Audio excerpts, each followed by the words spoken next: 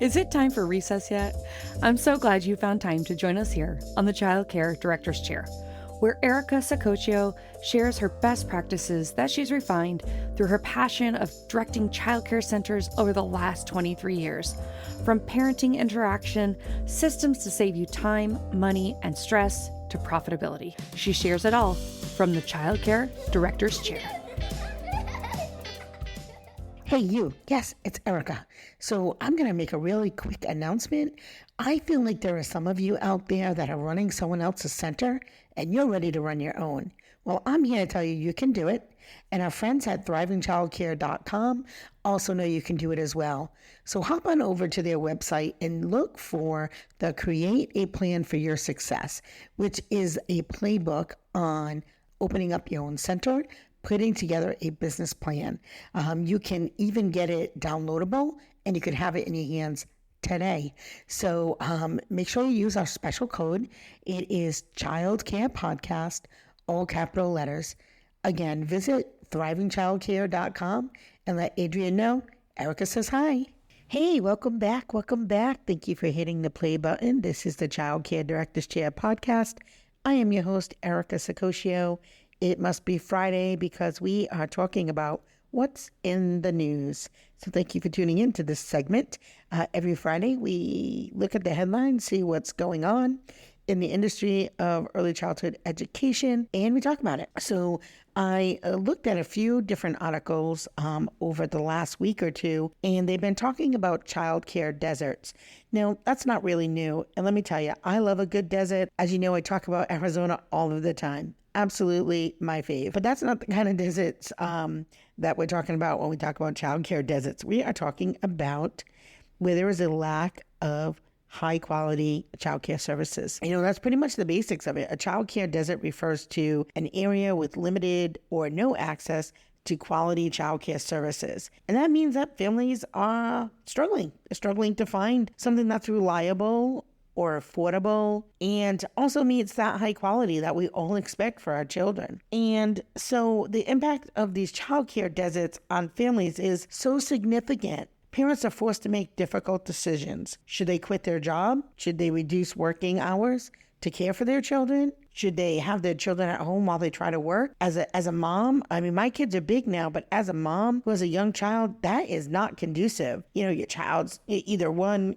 crying in the background, or two, you can't supervise your child safely and something can happen to your child. So obviously nobody wants that to happen. It really can have long-term consequences for families in their careers, their finances, and their overall well-being. Can you imagine wanting to work, having a career, really being excited about it, and then not being able to go? That's really hard, and it's not a choice that anybody should have to make. So I really think that we as a group should work on how are we going to solve this problem. So what states are most effective in this area? Who are these childcare deserts? Well, ironically enough, 3 of the states are our top listeners. So the recent studies show that states like Texas, which we love, California, which we love, and Florida, which we love. There's also states like Illinois that have some of the highest numbers of childcare deserts. In Illinois, we love you too. These areas often coincide with low-income neighborhoods or rural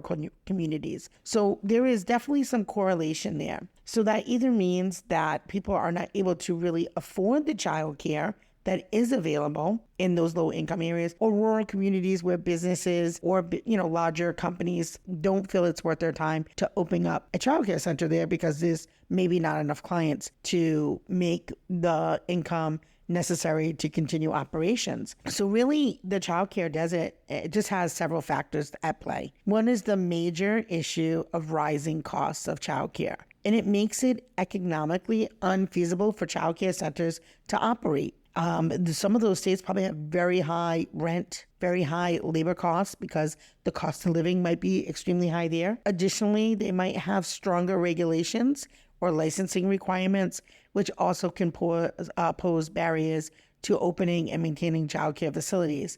And ultimately, that's really what it comes down to.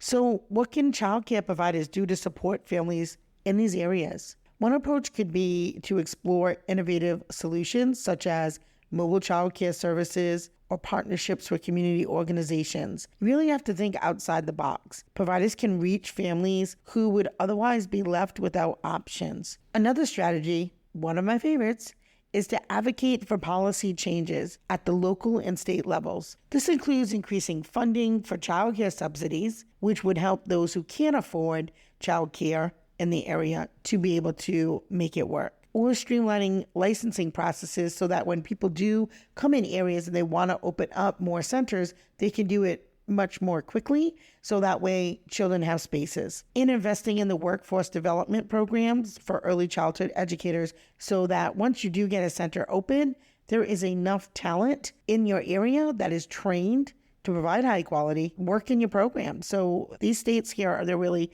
struggling, but ultimately it's not just the centers and the family, it's a community. So we all have to work together to close this gap. Some of the things that I think we could do, I'm going to give you a few suggestions. Mobile childcare services.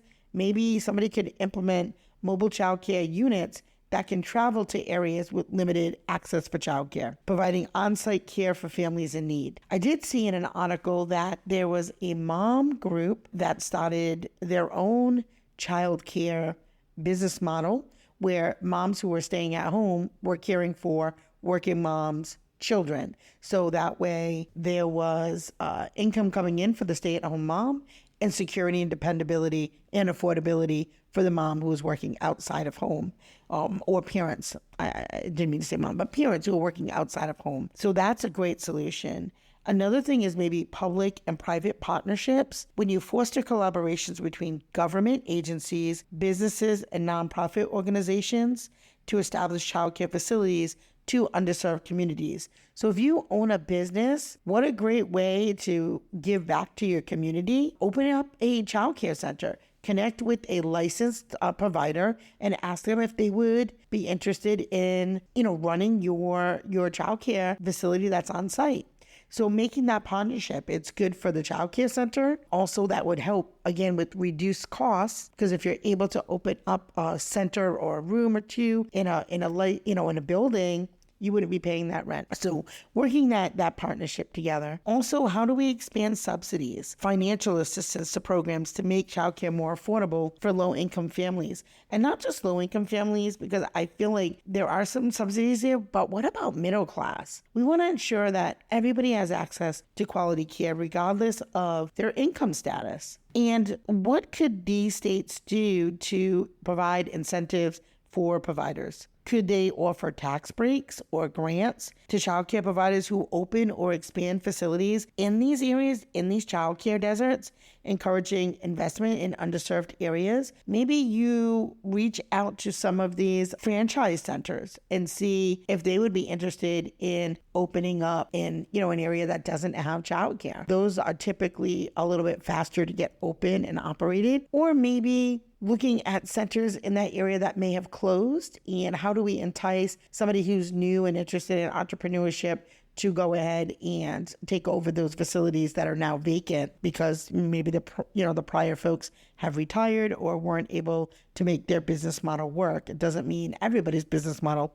wouldn't work. I think collectively we have to think about streamlining licensing as well to reduce all of the red tape and make it easier for childcare providers to operate in areas that are facing shortages. And I don't mean to not provide quality. I think that is extremely important. Of course, we all agree there, but is there something we can do to help centers who are navigating that process? Maybe is a quicker turnaround time. Maybe there is a little bit more training for folks who are opening up centers coming into the state. Also, there could be some community-based solutions. So empower communities to develop grassroots initiatives, such as parent cooperatives, like the one I mentioned earlier, or shared childcare arrangements to meet local child care needs collectively. I think it comes back to taking care of each other, because when we work together as a group, as a community, as a village, things get done quicker and faster. There's power in numbers. And so this isn't any different. And everybody can help. Even if you don't have children of your own, that doesn't mean you can't advocate. Of course you can advocate. That doesn't mean that you can't help support your local child care center. Or that doesn't mean you can't talk to some local businesses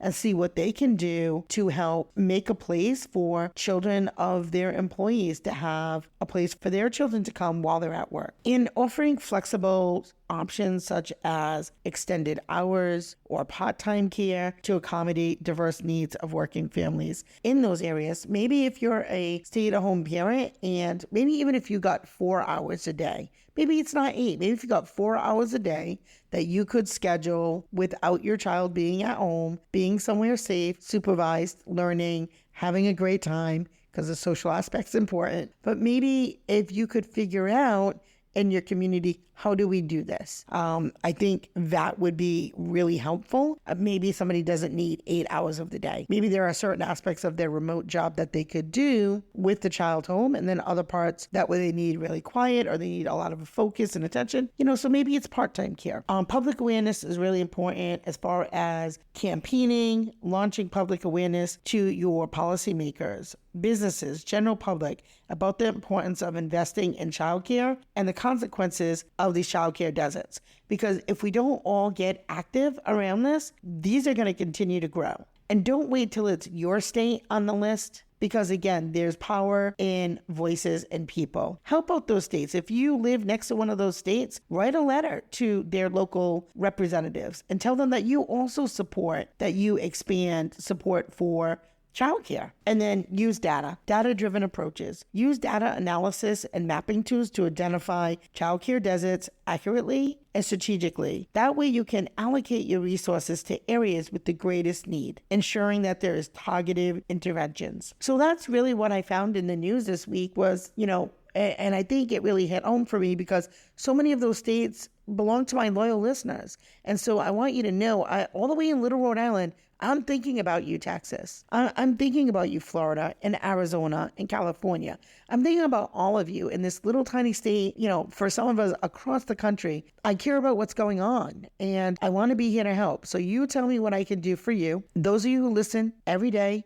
let's get out. Let's get out, whether it's in our own communities or we help support other communities. But we cannot continue to let these child care deserts grow. We need to be the rain that sprinkles down some love. So help me do that. So yeah, that's it for today in the news. A couple things I wanted to mention that I meant to mention at the beginning of the episode. We now have this great contest that if you use your Text the Show, I want to know what episode you like the best and why. And we are raffling off a $100 gift card to Lakeshore Learning that we will mail you one lucky person. We are going to check our fan mail or text the show. It's really what it is. Text the show. We're going to check that every day. And I'm waiting for you today. Today is that day that you are going to message me and you're going to say, this is what I love about your podcast. And I'm talking to you, my folks over in Pennsylvania and Arizona and Texas, Michigan, Ohio, Maine, Rhode Island, Oregon, and Wisconsin. You come in every day. I want to talk to you. So please send me a text. Let me know what's your favorite episode and why. In that text message, be sure to add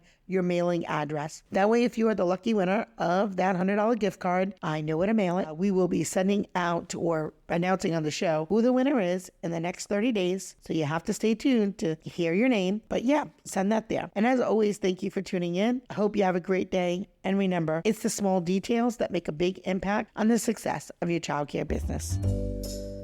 Well, all the cute little kiddos have been picked up and it's time to go home. And that'll do it for another episode of the Childcare Director's Chair. Please leave a review so Erica knows the information is helping you to manage and improve your childcare centers. Remember to subscribe to get the latest episode from Erica's Childcare Director's Chair.